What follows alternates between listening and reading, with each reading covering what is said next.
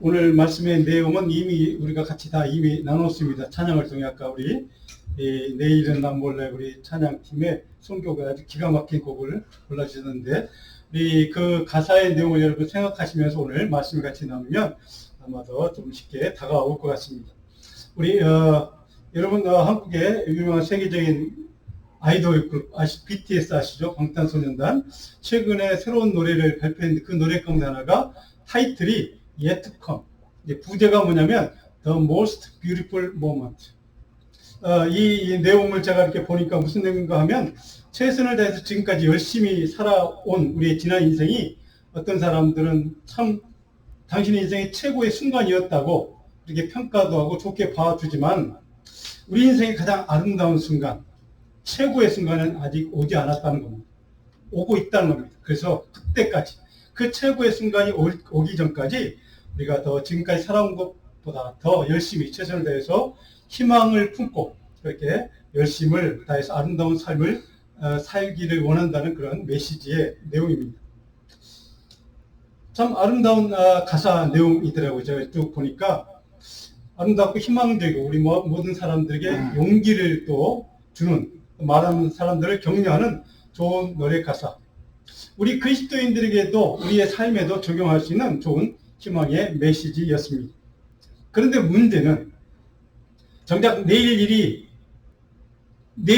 어떤 일이 생길지 무슨 일이 내게 일어날지 전혀 알 수 없는 우리 인간이 미래에 주어질 내 인생의 가장 최고의 순간, 가장 아름다운 순간을 꿈꾸는 것이 과연 하나님 없이 우리 힘으로, 우리 지혜로, 우리 능력으로 가능한가 하는 사실입니다. 우리가 진정 그런 최고의 아름다운 인생을 소망하고 또 기다리기 위해서는 우리 성도들에게, 특별히 크리스천을 살아가는 저와 여러분들에게 어떤 태도, 어떤 마음, 어떤 믿음을 가지고 살아야만 하는가. 하나님이 원하고 기대하시는 가장 아름다운 인생의 때를 기다리며 살아가는 우리 그리스도인들이 우리의 남은 인생을 어떤 삶의 가치로 살아야만 그런 가장 아름다운 최고의 순간을 누릴 수 있는 복을 우리가 얻게 될 수 있는가. 오늘 야고보 선지자는 본문의 말씀을 통해 몇 가지 그런 삶을 기다리는 우리에게 최고의 기적과 같은 가장 아름다운 인생을 맛볼 수 있는 여러 가지 영적인 비결 몇 가지를 우리에게 가르쳐주고 있습니다. 첫 번째로 이웃을 향한 정죄하는 삶의 파괴적인 위험성을 생각하고 살아야 한다는 것입니다. 이웃을 향한 우리 주변 사람들, 그러니까 그리스도인들, 그러니까 우리 주변의 성도들을 얘기합니다. 그리스도인들, 신앙 공동체 안에서 우리 이웃을 향한 정죄하는 말, 정죄하는 행동, 정죄하는 삶에 파괴적인 위험성이 있다는 겁니다. 사람을 죽이는 말, 행동, 그런 것들이 가지는 위험성을 먼저 우리가 생각하고 살아야 한다는 것입니다. 오늘 본문 11절로 11절, 2절 내용을 보니까 그렇게 기록됐습니다. 형제들아, 서로 비방하지 말라. 그렇죠? 형제를 비방하는 자나 형제를 판단하는 자는 곧 율법을 비방하고 율법을 판단하는 것이라. 내가 만일 율법을 판단하면 율법의 준행자, 율법을 실천하는 행하는 사람이 아니요 율법의 재판관이로다. 여기 비방한다는 말, 여기는 적대적인 마음과 태도로 상대방을 평가절하고 그 사람을 비방한, 나쁘게 얘기하는 것을 뜻합니다. 이게 비방한다는 말은 그러니까 적대적인 태도로 같은 교회 안에서 성도들, 다른 사람을 향해서 그렇게 비방하는 태도를 얘기합니다. 자, 형처로 비방하지 말라. 야고보서는 정확히 얘기합니다. 그렇게 하면 안 된다. 그것은 율법을 판단하는 자가 하는 짓이다. 그렇죠? 우리는 율법을 행하는 자이지 율법을 판단하는 재판관이 아니다. 정확하게 선포합니다.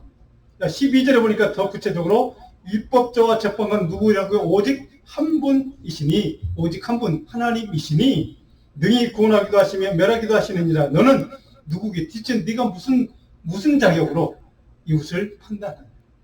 자, 야고보 선지자는 정확하게 우리에게 남을 판단하거나 비방하거나 이런 거에 대한 문제가 무엇인지, 왜 그것이 하나님의 뜻에 어긋나는 죄인지 정확하게 이야기합니다. 오직 하나님만이 최종 판단권자다 라고 하는 것을 정확하게 우리에게 가르쳐줍니다. 자, 하나님만이 그럴 판단의 권한과 판단의 그러한 그 권리를 가지신 분이 오직 주님만이 있다는 사실을 성경은 우리에게 여러 군데에서 가르쳐 줍니다.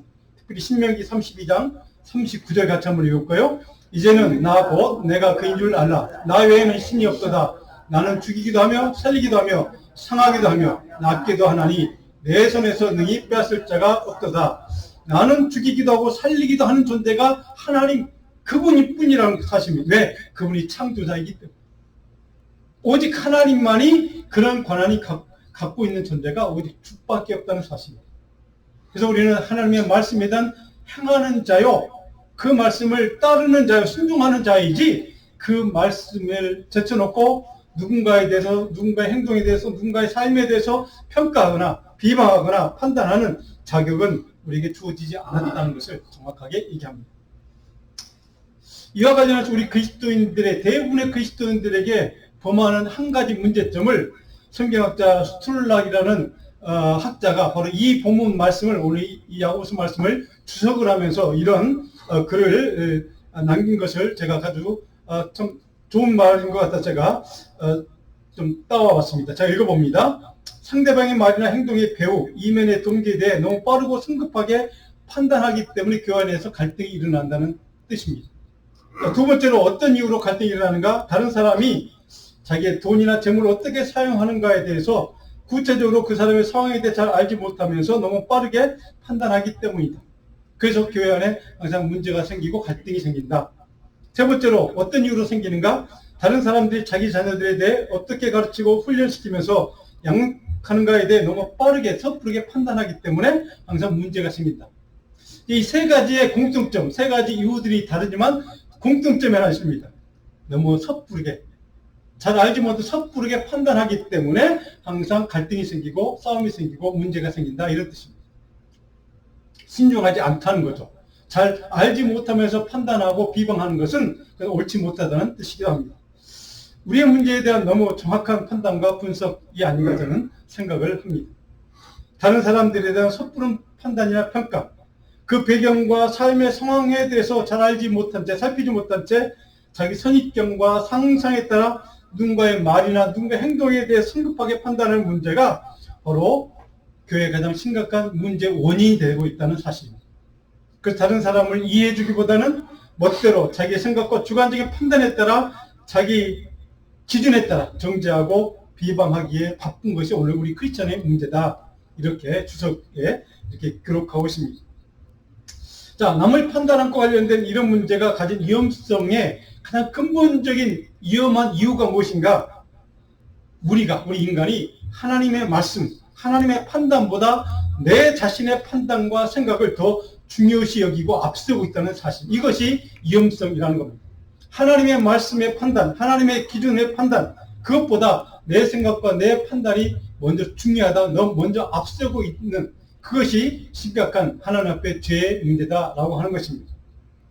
다른 말로 하면 하나님의 결정 이전에, 하나님 판단 이전에 내가 최종 판단하는 자가 되려고 하는 욕심, 이것이 문제고, 이것이 교회의 수많은 문제의 대부분의 원인이 여기에서 나오고, 그걸 오늘 야고보서 기자는 바로 그것이 너는 율법의 행위자지 그것을 판단하는 자가 아니다라고 얘기하는 이유가 여기에 있다는 사실입니다. 바로 이 이유가 왜 심각한가? 왜 그런 우리 인간의 욕망과 태도가 왜 심각한가? 내가 인간이 하나님의 자리에 서고 싶은 욕망, 그것은 인간의 교만 때문입니다. 하나님의 자리에 서서 내가 판단하고 내가 평가하는, 그리고 내가 비방하고 정죄하는 그런 모든 것들의 근본적인 이유는 무엇인가? 교만 때문에, 교만에서 나오는 하나님의 자리에 내가 서고 싶은 욕망 때문에 그렇게 한다는 것입니다. 그러므로 우리 그리스도인으로 살아가는 저와 여러분들이 우리의 남은 인생을 가장 최고의 순간, 가장 아름다운 인생으로 엮어가기 위해서는 우리 자신의 삶에, 또 다른 삶의 삶에 대해서, 또 다른 사람의 언어와 행동에 대해서 내가 아니라 오직 하나님만이 판단자임을 믿고 하나님께 맡기고 이해야만 합니다. 지금 우리가 살펴봤던 비티스의 그 노래 가사처럼 하나님께서 우리 삶에 아직 오지 않은 앞으로 주어질 최고의 순간, 가장 아름다운 그 인생의 순간을 기대하고 소망하면서 우리가 살아가는 저와 여러분들에게 우리 주변의 성도들의 실수나 허물에 대해서 그런 포용하는 마음과 또 그들을 위해서 기도하는 믿음으로 그들에 대해서 위로하고 격려하면서 하나님의 은혜로 성숙한 믿음의 사람으로 그 사람들을 오히려 더 품고 인정하고 긍휼히 여기고 또 그들을 용서하고 그들을 위해서 기도하는 그런 믿음의 태도가 오늘 우리에게 필요하다는 사실입니다.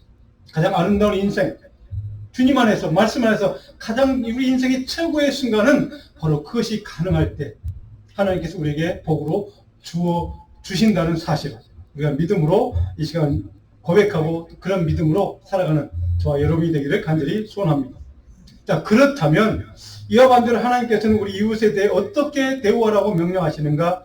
성경 몇 구절만 찾아봅니다. 레위기 19장 16절로 17절 같이 한번 읽어볼까요? 너는 내 백성 중에 돌아다니며 사람을 비방하지 말며 너는 내 형제를 마음으로 미워하지 말며 내 이웃을 반드시 견책하라. 자, 레위기에 이미 오래전에 하나님께서 이스라엘 백성들에게 명령하신 말씀입니다. 사람을 비방하지 말며 그리고 내 형제를 마음으로 미워하지 말며 내 이웃을 반드시 견책하다. 이 견책하라는 히브리 동사는 하나님의 뜻이나 하나님의 판단에 따라 판결을 내리라는 뜻입니다.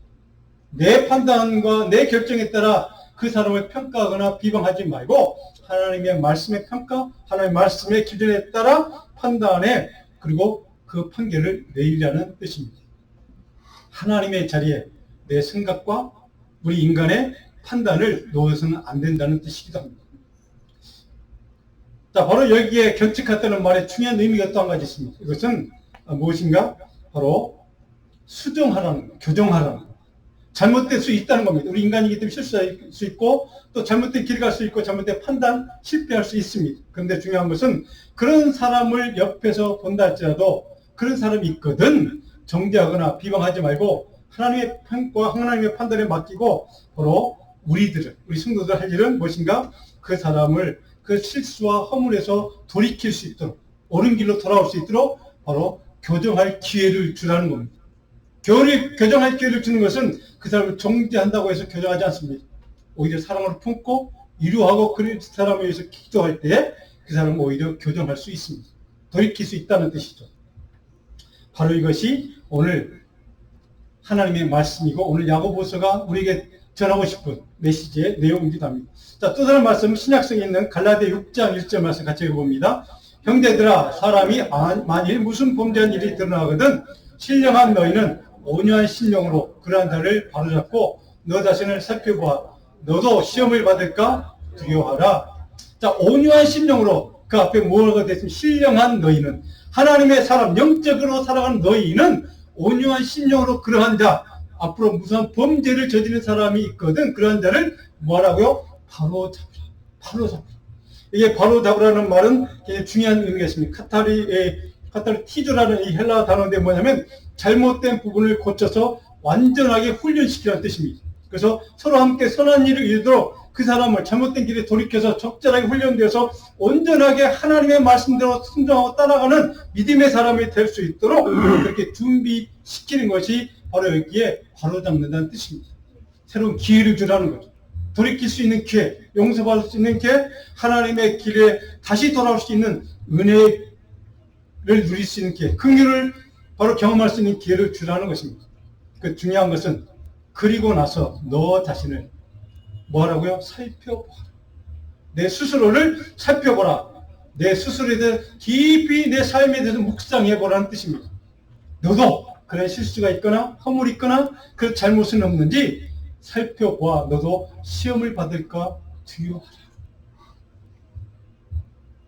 하나님의 말씀과 하나님을 바로 은혜를 그 사람에게 부어주도록 기도하면서 그 영혼을 위해서 기도하면서 잘못된 길을 돌이키고 바로잡도록 긍휼을 베푸는 삶이 너희가 할 일이지 그 사람에 대한 평가나 판단은 나의 몫이다. 하나님의 몫이다 라고 정확하게 우리에게 가르쳐주는 말씀이기도 합니다. 자, 이것이 오늘 하나님의 가장 아름다운 우리에게 주어질 그런 순간, 가장 빛나는 순간을 기다리면서 사는 저와 여러분에게 살아야 될 삶의 태도, 삶의 가치 한 가지 바로 이것입니다. 두 번째는 오늘 본 말씀이 주는 두 번째 교훈은 하나님의 뜻과 계획으로부터 벗어난 인간의 계획은 하나님의 통치권을 부인하는 것임을 기억하라는 것입니다. 오늘 13절로 15절의 내용 읽어볼까요? 13절에 그러나 너희 중에 말하기를 오늘이나 내일이나 우리가 어떤 도시에 가서 거기서 1년을 먹으며 장사하여 이익을 벌이라 하는 자들. 자, 여기에는 상업인들, 그러니까 무역하는 사람들, 비즈니스맨들을 얘기합니다. 자, 그 사람들이 얼마나 좋은 계획을 세우고 얼마나 세밀하게 꼼꼼하게 그 사업 계획을 세웠겠습니까? 그러고 나서 가서 내가 1년 동안 수고해서 내 계획대로 비즈니스를 해서 거기서 내가 이윤을 크게 남기고 돌아오리라 라고 생각하고 길을 떠나는 사업가들에게 지금 예를 들어 설명합니다. 이 사람들이 얼마나 철저한 사람들입니까? 그렇죠? 조그만 사업을 해도 계획을 세우고 그 계획에 따라서 자금도 마련하고 비즈니스 자리도 사무실을 어떤 비즈니스 자리를 얻든지 그렇게 계획을 짜고 해서 이익을 얻는 것 아닙니까? 그것을 추구하는 사람들이 바로 창업인들입니다.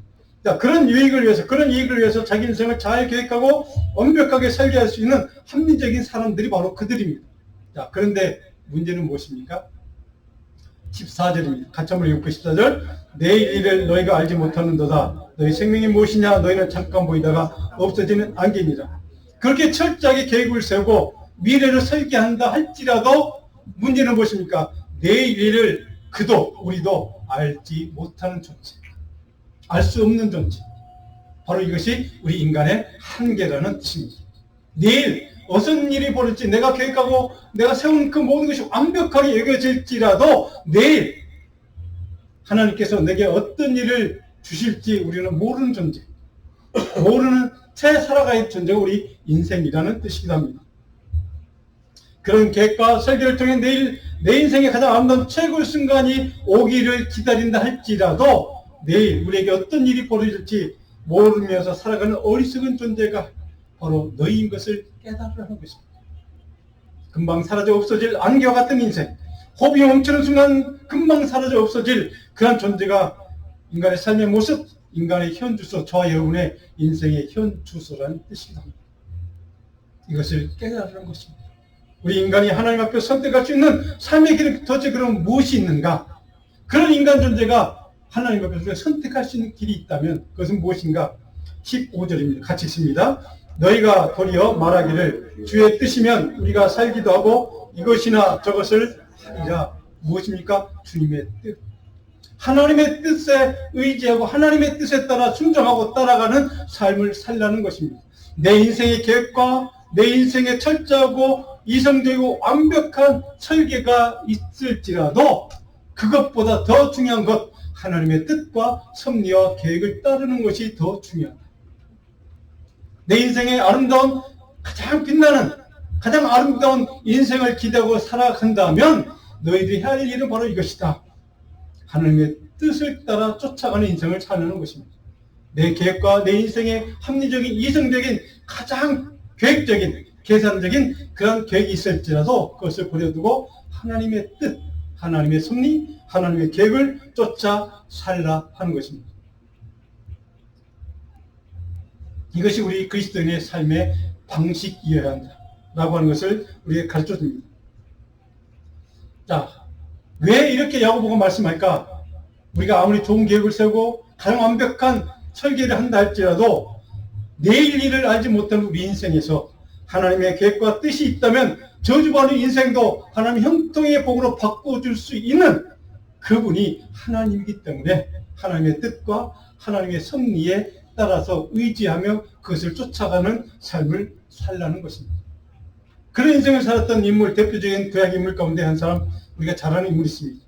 역대기 4장 9절로 10절에 나오는 인물이죠. 야베스라는 인물. 같이 한번 읽어봅니다. 야베스는 그의 형제보다 귀중한 자라. 그의 어머니가 이름하여 이르되 야베스라 하였으니 이는 내가 수고로이 낳았다 함이었더라. 뒷장 한번 10절. 야베스가 이스라엘 하나님께 아뢰어 이르되 주께서 내게 복을 주시거든 나의 죄를 넓히시고 주의 손으로 나를 도우사 나로 환난을 벗어나 내게 근심이 없게 하옵소서 했더니 하나님이 그가 구하는 것을 허락하셨더라. 자, 그의 인생이 얼마나 힘들었으면 어머니가 그 이름을 야베스라고 지었을까? 여러분 다 아시는 얘기죠. 고통이라는 뜻입니다. 그런 인생, 비극적인 인생을 타고난 이 야베스였지만 하나님의 계획과 뜻과 섭리에 믿고 의지하고 하나님께 나에게 복을 주시겠던 내 인생의 지역을 넓혀달라는, 나의 삶의 지역을 넓혀달라는 그러한 간절한 기도가 있었던 이 야베스의 인생을 바로 주의 손으로 나를 도우사 그렇게 하나님의 뜻과 섭리에 의지했던 그 삶을 하나님이 형통의 복으로 바꾸어 주시는 역사. 바로 그래서 우리는 하나님의 뜻과 하나님의 섭리와 계획에 의지하는 삶을 살라고 얘기하는 것입니다. 이것이 하나님의 뜻에 순종하는 하나님의 사랑해 주시는 복이기 때문에 그렇습니다. 저와 여러분의 인생이, 우리 자녀들의 인생이 이런 하나님의 뜻에 순종하는 하나님의 백성들, 믿음의 사람들, 하나님의 형통의 복을 충만하게 누리는 복된 삶이 저와 여러분의 인생이 되기를 주님으로 축원합니다.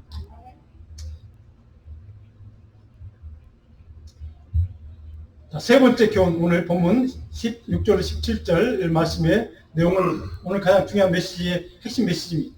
허탄한 자랑은 하나님의 주 되심을 부인하는 교만의 죄를 드러내는 것임을 우리는 기억해야 합니다.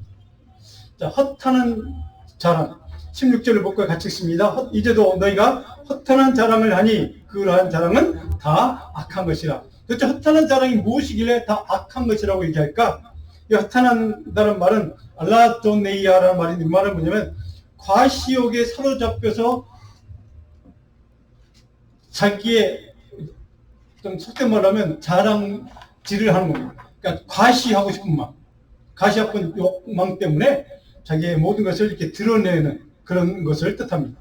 사람들이 그들의 모든 질병을 제거하고 치유했다고 공허한 자랑을 함으로써 사람들이 자기를 숭배하고 자기를 존귀하게 여기고 자기를 가장 중요한 존재로 병을 고친 사람으로 여기도록 만드는 그러한 사람들을 가리켜 썼던 말이라고 합니다. 이게 헬라시 실제로 이런 단어를 쓸 때 어떤 사람에게 쓴 단어냐면 우리 허탄한 사람이야. 그러면 나는 모든 병을 고칠 수 있어. 내게 와. 나는 정말 치료자야. 전능한 치유자야. 라고 하는 사람들, 그러니까 뻥치는 사람들에게 그 사람들을 향해서 하는 말이 허탄한 사람 이렇게 붙였다고 합니다. 실제로 바로 그런 단어에서 따온 말이 바로 여기서 나온 거가 이 허탄한 바로 단어를 여기서 자랑 이렇게 쓰는 겁니다. 거기에는 가치도 없고 내용도 없고 헛된 거짓된 자랑이라는 뜻이기도 합니다. 그 허탄하다는 말은 내용이 없다는 뜻입니다. 열매가 없다는 뜻입니다. 오만과 교만이 가득한 자기 일을 드러내기 위한 그러한 마음 태도에서 하는 자랑, 이것이 허탄한 자랑. 하나님께서 이런 허탄한 마음을 가진 사람을 얼마나 싫어하시는지, 하나님은 허탄한 마음을 버리는 것이 얼마나 중요한지를 성경 여러 군데서 우리에게 가르쳐주고 있습니다. 에스겔서 13장 8절 9절 말씀을 같이 한번 읽어봅니다. 그러므로 주 여호와께서 이같이 말씀하셨느니라. 너희가 허탄한 것을 말하며 거짓된 것을 보았은즉 내가 너희를 치리라. 주 여호와의 말씀이니라. 그 선자들이 허탄한 묵시를 보며 거짓 것을 점쳤으니 내 손이 그들을 쳐서. 자, 허탄한 것, 이것을 말하는 예언자들까지도 하나님이 치시겠다고 말씀하는 그런 예언의 말씀이기도 합니다. 바로 허탄한 것을 하나님이 이렇게 싫어한다는 뜻입니다. 여기에 허탄한, 구약에 나오는 이 허탄한 말을 샤브라는 히브리 동사, 이 말은 뭐냐면 바로 그 공허한, 기만한 것, 그리고 거짓된 것, 그리고 가치가 없는 것, 이런 뜻이 있는 그런 단어입니다. 그런 허탄한 것을 말하면 하나님이 치시겠다라는 얘기입니다. 디모데전서 4장 7절 같이 한번 또 읽어볼까요? 망령되고 허탄한 신화를 버리고 경건에 이르도록 내 자신을 연단하라. 신약에도 마찬가지입니다. 바울서도 허탄한 신화를 버리고, 허탄한, 여기 신약의 허탄한 말은 바로 아까 설명했던 바로 야고보가 설명하는 그 허탄한 것과 같은 단어입니다. 거짓된, 아무런 의미가 없는, 자기 과시하고 싶은 그런 욕망에서 하는 자랑, 이것이 허탄한 신화, 이렇게 표현을 했습니다. 근데 이것은 뭡니까? 그것을 버리고 포기하는 뜻입니다. 그리고 내 자신을 연단하라.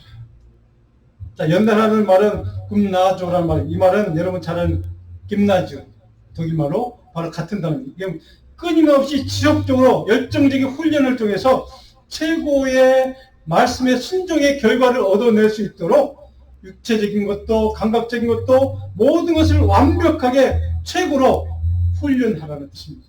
이것이 내 자신을 연단하라. 누구를 위해서? 무엇을 위해서? 하나님의 영광, 예수 그리스도의 이름을 위해서 최고로 내가 할 수 있는 모든 것을 다해서 하나님의 말씀의 영광을 드러내기 위해서, 그리스도의 이름을 드러내기 위해서 바로 훈련하고 연단하는 것입니다. 이것이 온전한 믿음의 사람이요, 내일에 하나님이 우리 인생에 주어질 최고의 순간, 최고의 아름다운 순간을 기다리며 소망에 살아가는 하나님의 사람들이 살아가야 될 세 번째 태도의 삶의 가치라는 말씀입니다. 사랑하는 여러분, 바로 연단하기 위해서 바로 우리 자신의 모든 옷을 우리는 다 벗어야 합니다.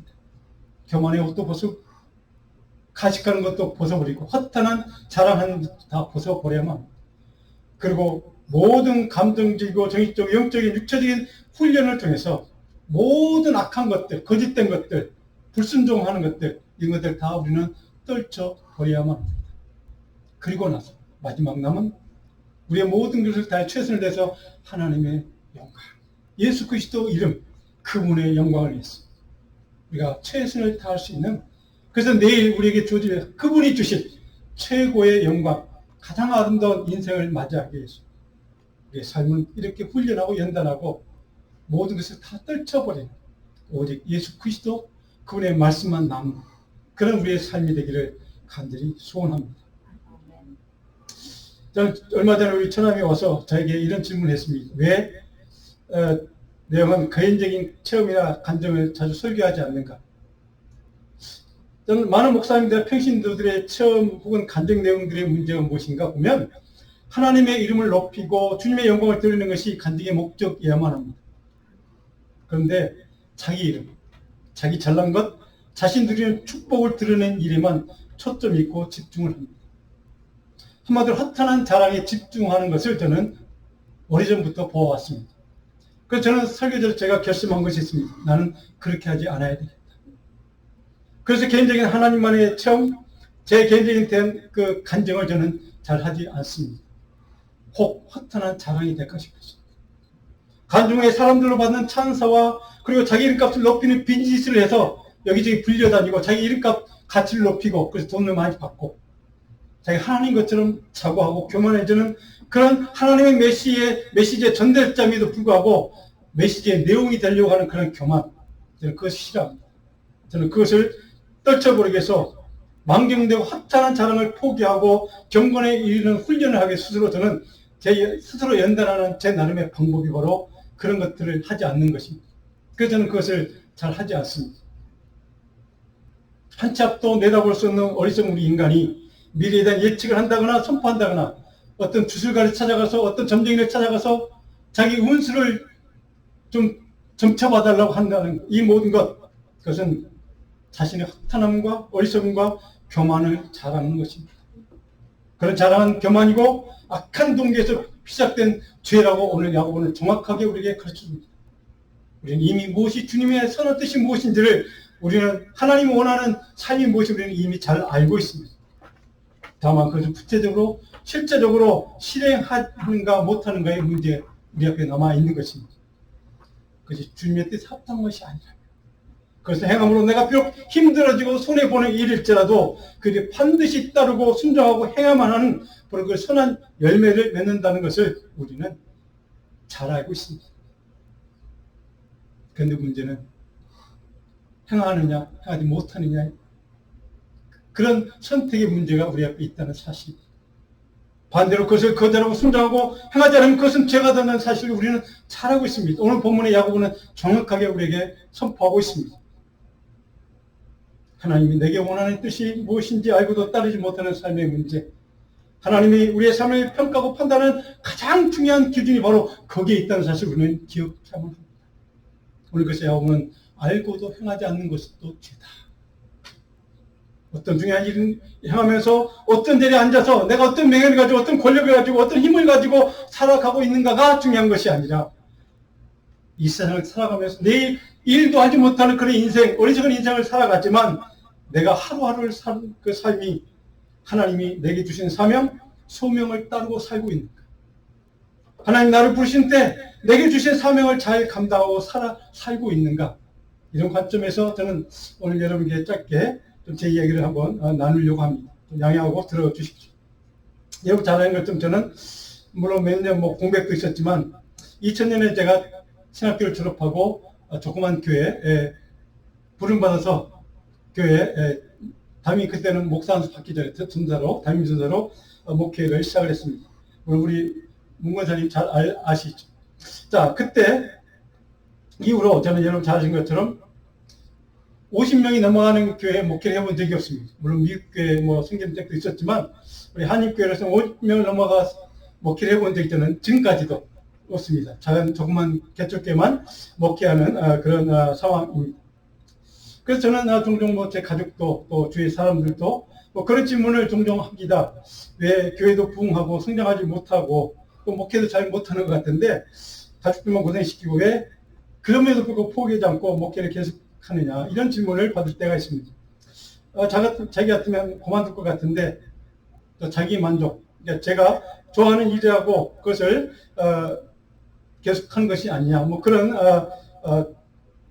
말을 또 핀잔을 들을 때도 있습니다. 물론 그런 이야기를 들으면 부끄럽기도 하고 마음이 아프기도 합니다. 근데 그런 이야기 들으면 어쩌면 당연하고 상식적인 생각이기도 하고 상식적인 판단입니다. 당연히 그래야 합니다. 그것이 맞습니다. 그러니까 목회를 하나의 직업으로 생각했다면 저는 진짜 포기했어야만 합니다.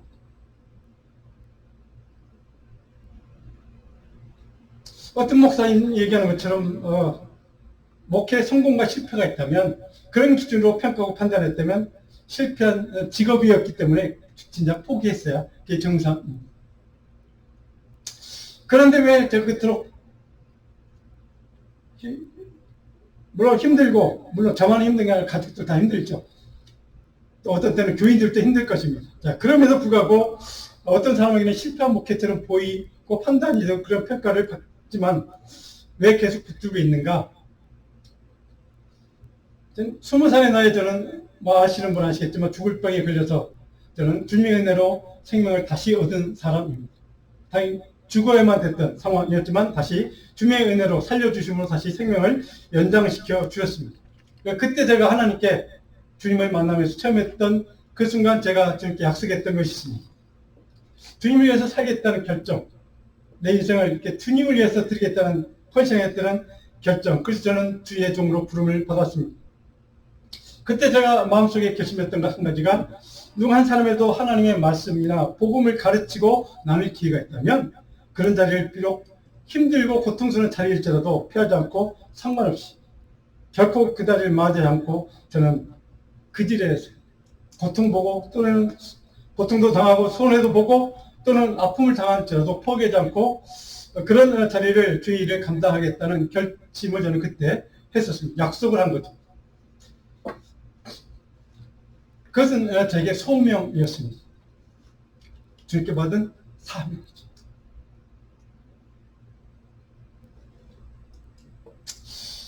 저는 기후로 물론 신학 공부하고 미국에 와서 이제 2000년대에 처음으로 목회를 하면서 초대교회처럼 그 순간 제 마음속에 하나 꿈이 하나 있습니다. 초대교회처럼 비록 작지만 성경적으로 올바른 교회, 이 시대에 꼭 필요한 교회, 주님이 기뻐하시는 교회를 세웠으면 좋겠다.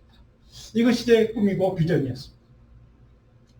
저는 이것이 제가 지금까지도 고통스럽지만 때로는 가족의 희생과 아픔을 감수하면서까지 많은 사람들이 얘기하는 것처럼 직업인도의 목사가 아니라 부르심에 충성되고 신실하게 순종하는 소명받은 목회자로 살아가는 이유입니다. 근데 중요한 것은 이 소명이 제게만 있는 것은 아닙니다. 여러분 각자에게도 이 소명이 있을 것입니다. 장로님을 비롯해서 여러분 권사님들, 여러분 모두에게 하나님께서 주신 각자의 소명, 사명이 있습니다. 그 소명 때문에 힘들고 때로는 사람들에게 상처를 입지만 또 개척교회 어려운 교회를 섬기면서 또 많은 것을 헌신하고 희생해야 될 때도 있지만 그럼에도 불구하고 주님을 믿고 헌신하며 교회를 섬기고 있다고 저는 믿습니다.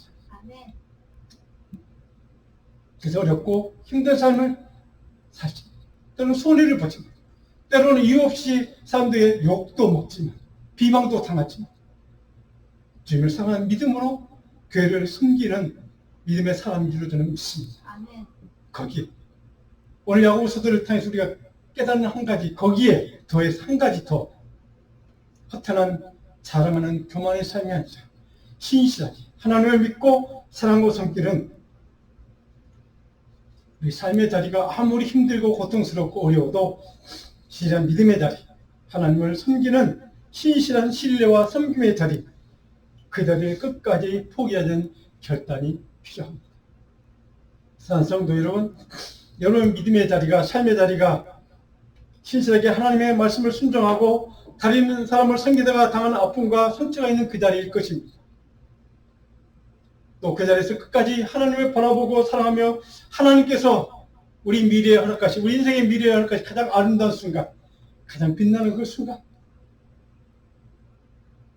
그 순간을 소망하고 기대하면서 하나님의 아름다움을 드러내는 소명의 자리, 사명의 자리,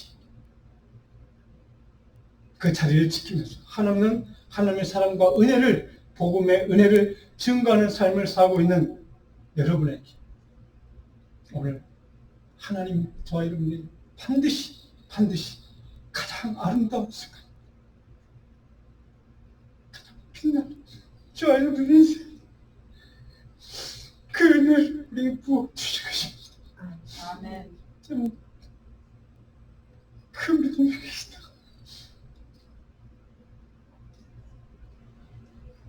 저는 그 기대가, 그 정말 제 믿음, 제 간증, 제 삶입니다.